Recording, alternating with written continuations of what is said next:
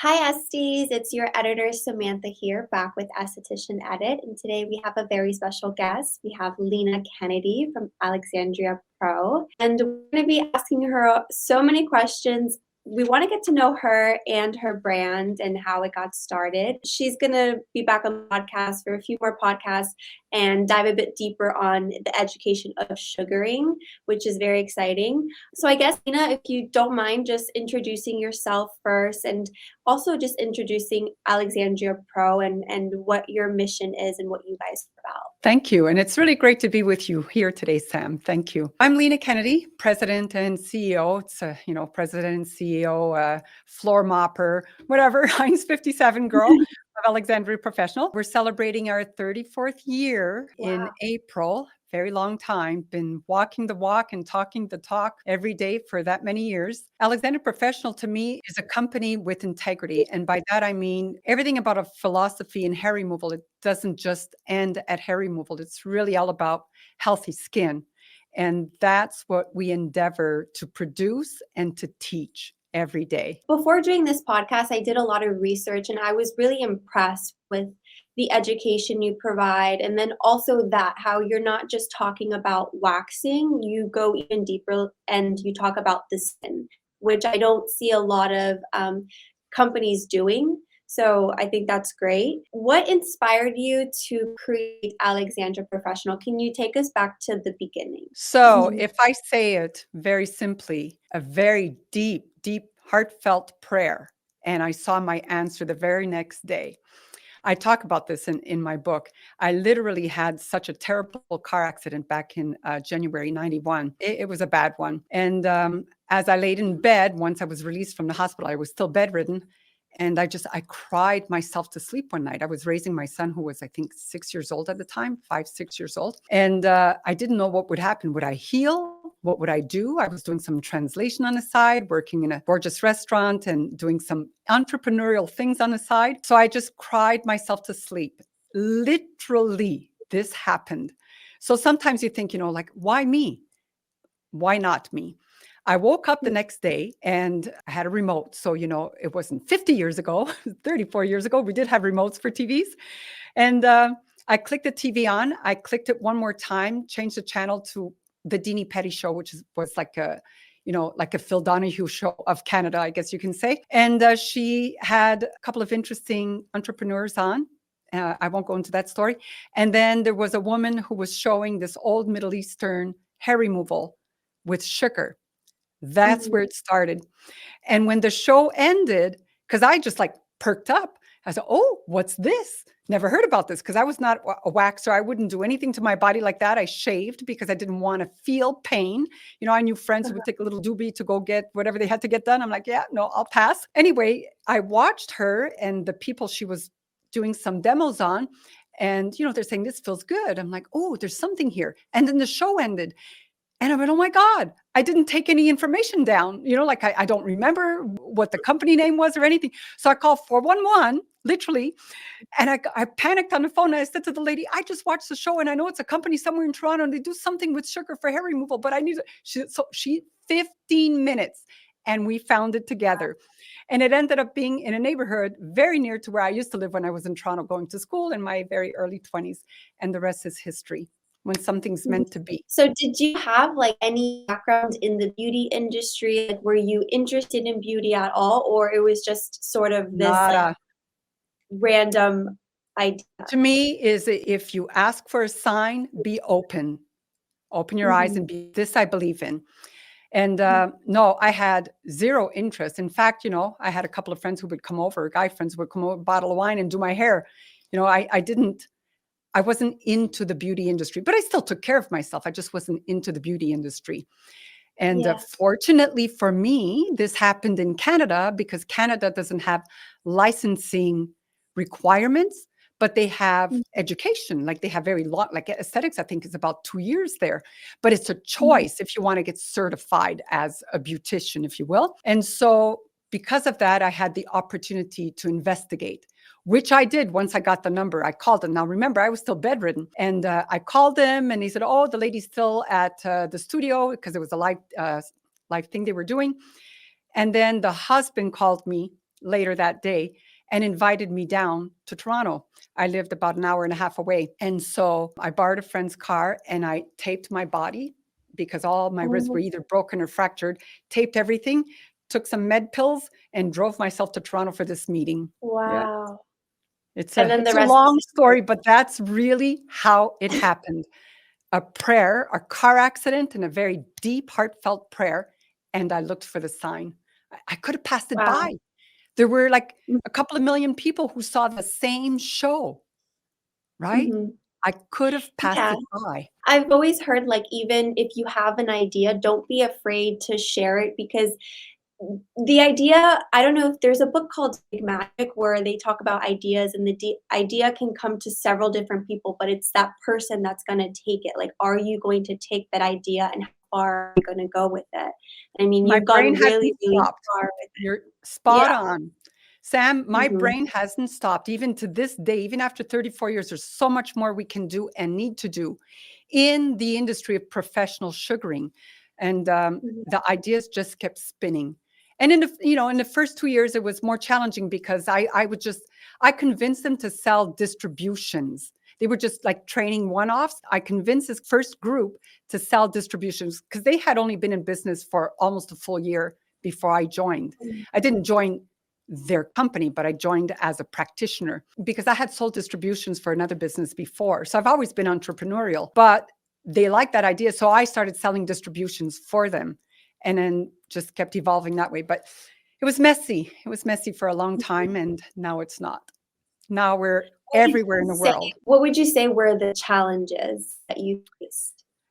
Probably for the first 5 to 10 years, the biggest challenge was that the industry laughed at me. Number 1. Mhm. I'm going to be a here today, gone tomorrow. It's just a trend. It's just a little thing. So it was a little bit of a thorn in my side. And eventually that thorn was pulled out and flicked away. And what made you believe in sugaring so much? I mean, a lot of people thought that it wasn't be such a trend, but, like, what convicted you to be like, "This is not just a trend, this is so much greater?" You have to remember 34 years ago, there was really no education, no skin knowledge. Mhm, I created the first one for them on skin. And that's just from my research. And I always had a couple of people on my team that were estheticians as well. When I first started with it, first of all, when she was the owner's wife was showing me how to do it, the owner was from Middle Eastern descent and she was Canadian. So that's how that became to come to Canada. mhm, I cried so much, like bawled my eyes out because I said, oh my God, this was messy. The sugar was flying everywhere. It was melting. It was painful. I got severe skin reaction. I'm like, what the heck am I doing?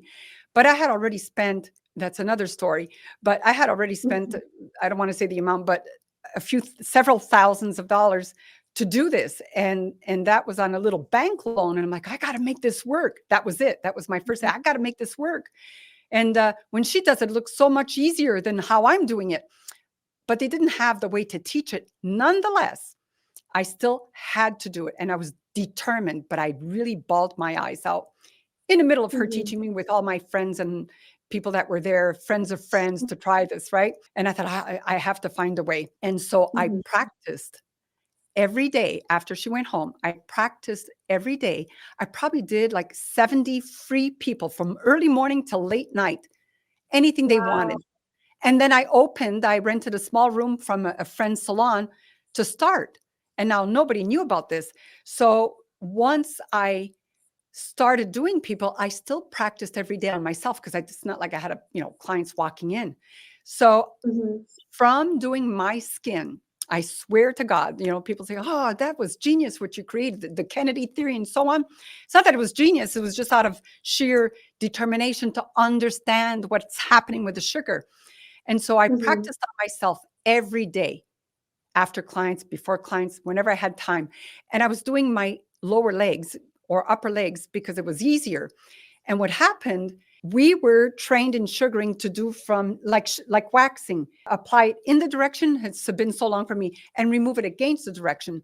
But that's hard to do on myself with a hand. So I started doing it the other way.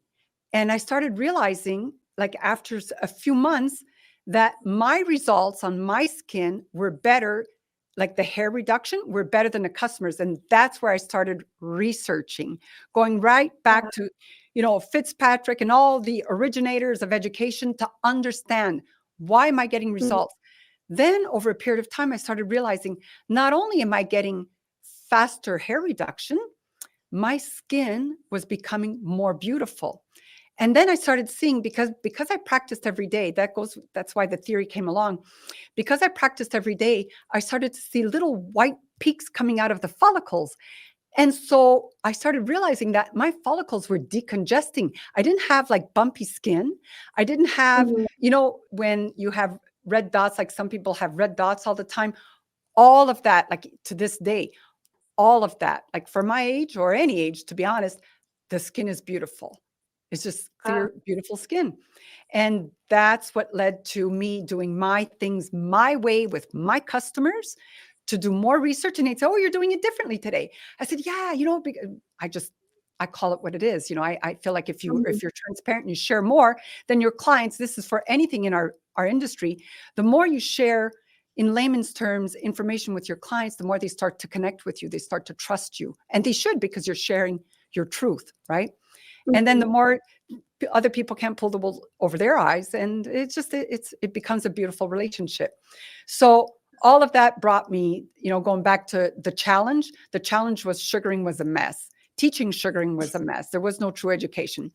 It evolved because of my determination to understand. People laugh and say, "Yeah, you're one with the sugar." Kind of am. I mhm. feel everything about it.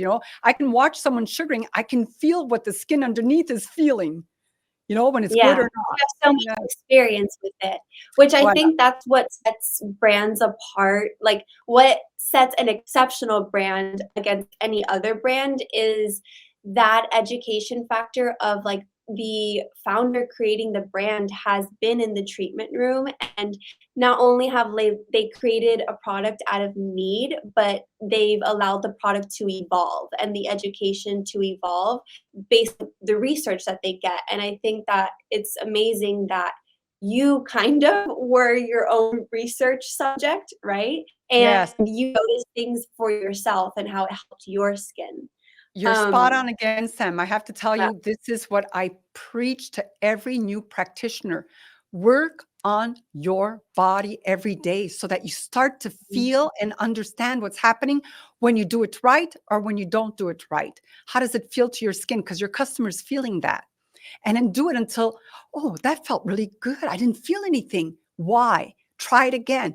I preach this for okay, I'm in a sugaring world, but that could be for anything we do in the beauty industry. You have to feel it. So if you're not a product of what you represent, how can you transfer that kind of positive energy, that kind of truthful energy to someone else? Like, how can Mhm. you emit that truth if you're not a product of what you represent? What would you say to an esthetician who's a waxer and maybe they're just using traditional waxing methods and products? How would you tell them that sugaring is better? I don't know if you've been to my TikTok, Sam, but it grew fast. And to me, it grew fast because people are genuinely interested, consumers and professionals. I try to keep it balanced there. And I Mhm, will get some waxers say, "Don't bully waxing."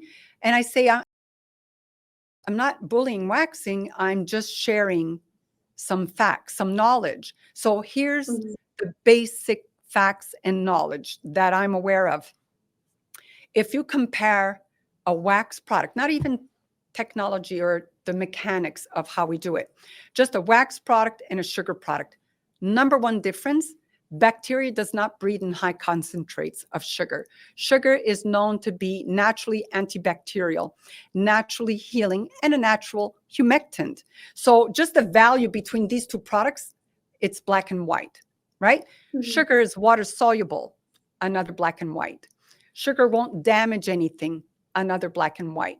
So just that part alone is very simple to describe. Then you take that into the effect of hair removal. This is the biggest part, and I will continue to walk the walk and talk the talk until I no longer can. When you're sugaring, if you have a reliable formulation, meaning it doesn't break apart on you in the middle of your job, your treatment, if you have a pure natural product, a truly water-soluble product with no additives, which is extremely skin-friendly, and you do your technique in a way that really molds. When I say mold, it's like, when you think of molding pottery, your fingertips feel every groove. And you want another groove, you got to put a little more pressure, not so much, you got to release that. That's what sugaring ends up being all about. So you can feel your way through that body in sensitive areas, where there's, like in a bikini, sometimes goes up and down from the ligament. So you don't need to pull your way through it. All these things are part of doing the initial part of the technique that eliminates unnecessary discomfort. In that point, if you're molding incorrectly and they have longer hair, they're going to feel everything underneath it. You can feel all the tugs. That's uncomfortable. It's not necessary for them to feel it. So let's say you do your technique properly, and that sugar should be like a bulldozing in front of your fingers, bulldozing on the skin before your fingers mold. So there's no pulling before the sugar hits it, just before the sugar. All these things are relevant to eliminating unnecessary discomfort. So you do that correctly. You send that sugar into the follicles. That's why it's not a one apply and off. You want to mold it. The more tight the skin, like the more dead skin cell, the more troublesome the skin, the more you want to take time, or the more terminal or complicated the hair growth, the more you want to send that sugar into the follicles before you extract it, right? So when you do that, because I've proven it, if you've seen the science of sugaring video that we created during COVID, we actually got a micrograph photo of the sugar seeped into the follicle. That was a big, I knew it did that. And I had proof of it myself, but not scientifically. So we proved it scientifically. And so what happens when you take the time to learn this technique, when you take the time to understand the skin and the hair, and you allow that penetration, you're going to be able to slide the hair out in its natural direction. So you got to picture, you're trying to take this out of a tube, but if you lubricate, you got Vaseline, you put it in there and you lubricate it, it comes out easily. It slides out with less discomfort. If it's attached, which is when you should take it out, to the derma papilla, of course you're going to feel that coming through, but it's short-lived. And every time you take that hair out in the early anagen, when it's attached to the derma papilla, it's smaller. The bulbus is smaller. So less friction, and the friction is only when it passes through the mouth of the follicle. So basically outside the pore. Just in that moment, you get a friction. And that's all you should ever feel with professional sugaring. Wow, that's amazing. Because I'm not going to lie, I had a friend that she got sugaring done once, and she said that it was painful. And so that was always my hesitation with it. But what you're telling me is it's all down to the method. It's really formulation and methodology. Yeah. Okay. Yeah. And then so can you talk a little bit about the education that you provide? I know you have a pretty extensive, you have the Kennedy theory, you have a pretty extensive educational course online. Can you talk a little bit about that? Yeah, I'm going to tell you straight out. If it were up to me, if I thought I could continue to grow the company at this pace, I would do a minimum of a 1-week course. But nobody wants to do that in the industry. It's just, there are some that are really into education and learning, but the mass want in and out, go back to work because, time is money and they need to do their clients. And we understand that. That's why it's a 2-day course, full 2-day course. And we actually have them do the theory online now so that we can have more time in class, hands-on, right? Okay. But we're still considered, and I do see some criticism out there, like, AP feel, AP's this, or they feel like, they know it all. I hate to say it, but we really know everything there is to know about professional sugaring, and then more from that. But education to me is hands down the most important. And, I would never want to see AP go away and see the value of professional sugaring be lowered, because everything you learn in our education is, even if you have your license, sometimes you forget. And our aesthetic license are not all at high bar in the US. A lot of companies offer skin education and they have high bars, but we need to work on that. Instead of going up, we keep reducing things, and reduction is not the best interest for the customers, right? Or for the business owners. So for me, the AP education is all about understanding the skin, understanding the different hairs types. What can happen when you extract vellus hair. There should be a bigger category in the schools about that, because if you're going to get skin reactions, it'll be with vellus hairs. So we teach why, what's the science behind that. And then, of course, getting into technique. And what I did, it's not just the Kennedy technique for sugaring, extracting the hair in the early anagen, in the natural direction of growth, reaches permanent reduction. I want to say permanent because I am permanent. Anybody can. Being able to manage the skin's health. In example, can you wax, laser, or do electrolysis on an area that's troubled with eczema or psoriasis? Would you feel comfortable to put your wax on that and remove the hair? Probably not. And laser can't do it either, but you can with sugaring. Everything I put out there for technique to make it gentle for the skin, healthier experience for the customer, more pleasant experience, is very important. But at the end of the day, everything we created for the comfort of the customer and optimized results naturally defaulted into being able to manage people who suffer from eczema, psoriasis, and keratosis. And, keratosis is not complicated like psoriasis and eczema, but it's still a condition that people feel a little bit embarrassed to have. And, you usually see it on the forearms or sometimes the back of the thighs. We don't cut short. We touch on everything. We're really fickle about teaching the technique, which is why years ago, what I did, I had to find a way to be able to teach it, but not just teach it, to be able to evaluate easier. So our educators are trained to watch someone sugar and use our 6 steps to perfect sugaring. That's a Kennedy technique theory, using 6 steps to perfect sugaring. It's patented under our ErgoWave glove, which I created as a tool to help position the hand so that you don't end up with tendonitis and all that stuff over the long years of working. But those 6 steps are broken down. People think I'm really, I don't know if I should say that word here, like a little bit anal with education.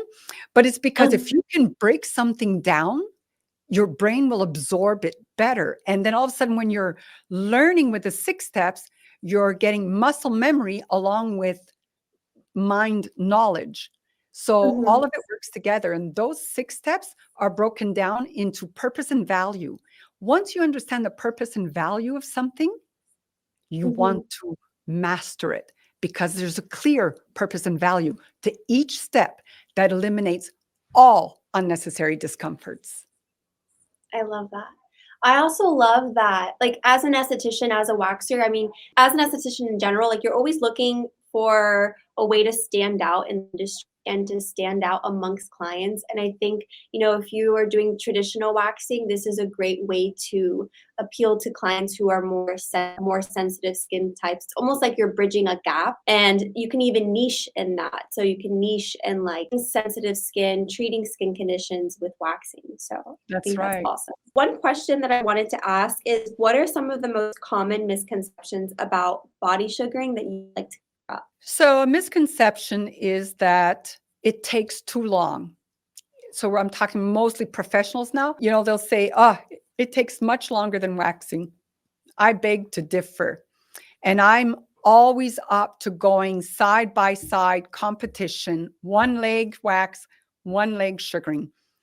Equal. So the same person, the same hair growth period, and then start the clock. Let's see. Let's say we say, okay, 10 minutes, go. And one's waxing, because I know waxing is fast. We have our strip sugar waxing. We call it waxing because it's a waxing technique. So I know how fast it can be, but here's what will be at the 10-minute line. If that person had never waxed, sugared, nothing before, and they let their hair grow for 2 months, let's say, you're going to have some very long hairs, you're going to have some shorter hairs, and you might even have a 3rd stage barely coming out of the skin, right? Depending on the rate of their growth. At the end of that 10 minutes, both legs will have been properly extracted from the hair, or the hair will have been properly extracted.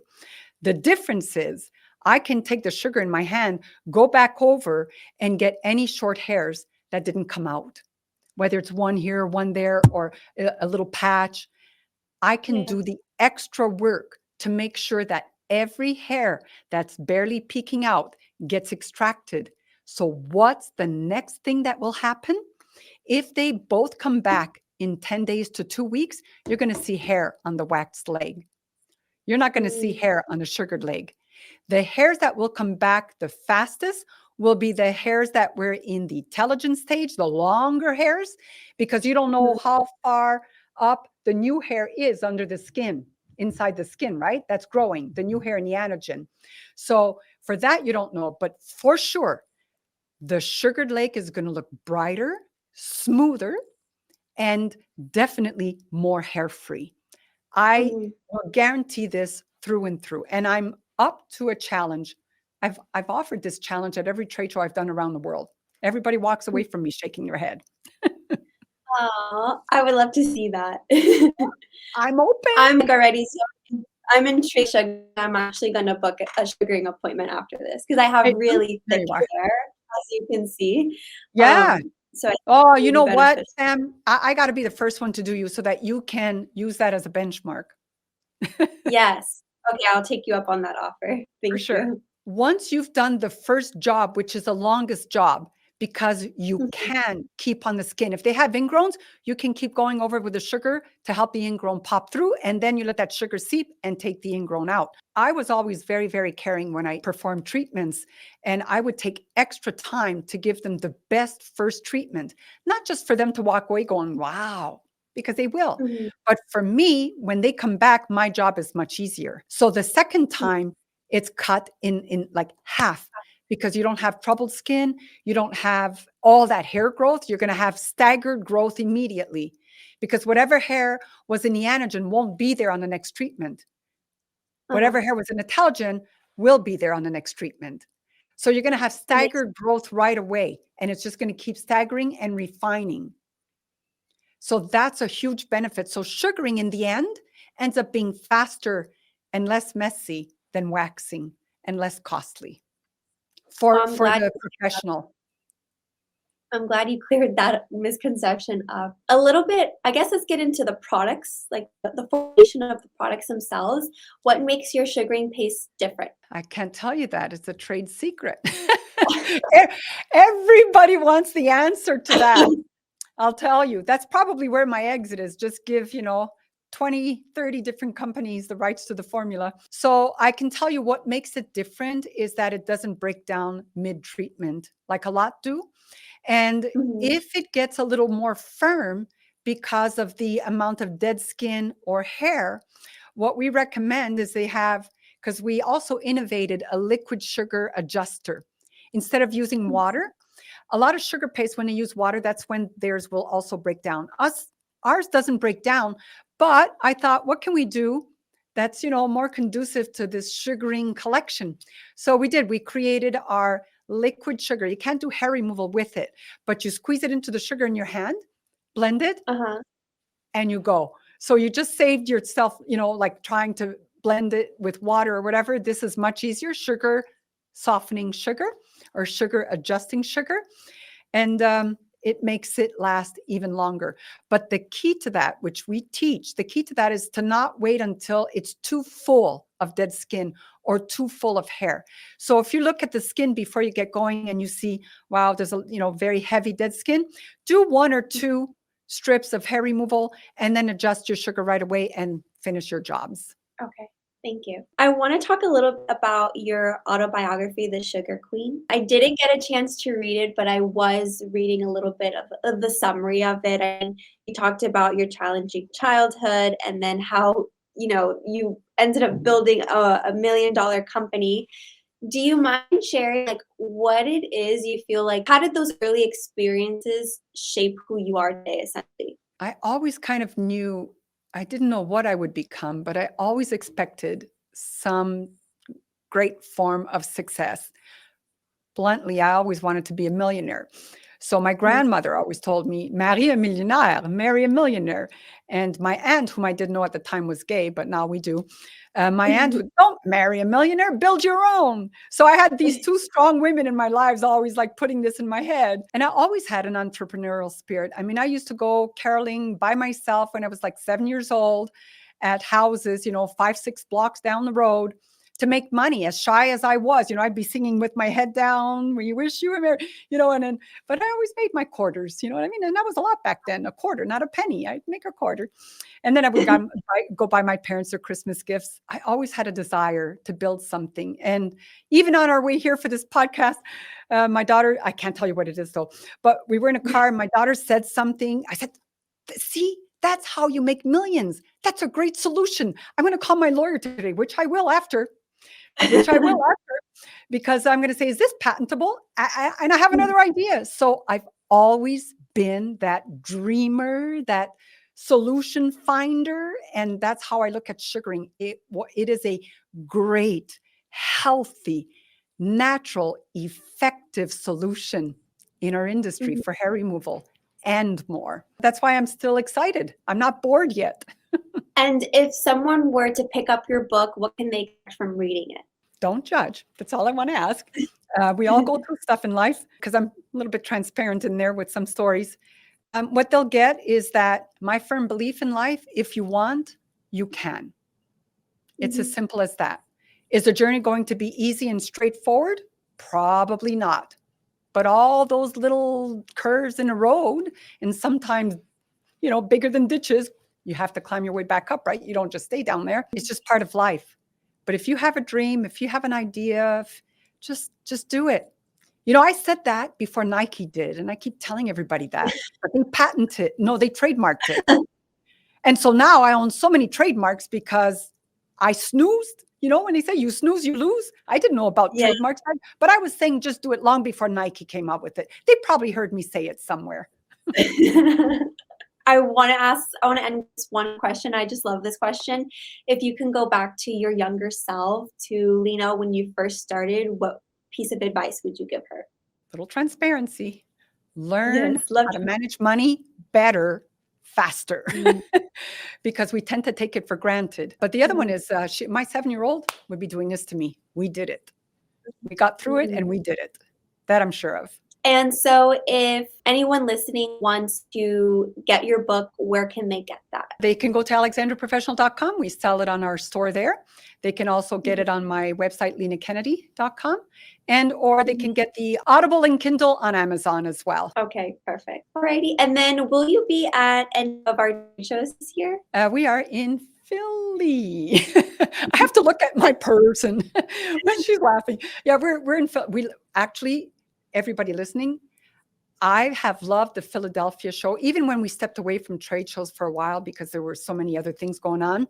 Philly's always been, from over 20 years ago, my favorite show. There is an upper quality to that show. I mean the attendees, the quality of the show is with integrity, and it's all about education. So it is my ultimate favorite show in the US, I have to say it. I know you have a lot of other locations, and we're actually looking at some now, but Philly's always held a close piece of my heart. I always felt good going there.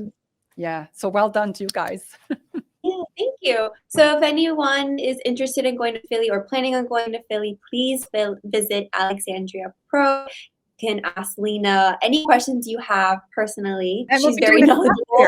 We'll also be doing a class, so sign up for a class. We're going to be doing a workshop as well. So you can go to philadelphia.skincareshows.com and learn more about that and kind of plan your itinerary. Thank you so much, Lina. This was wonderful. It was my pleasure. Thank you. Bye, Estes.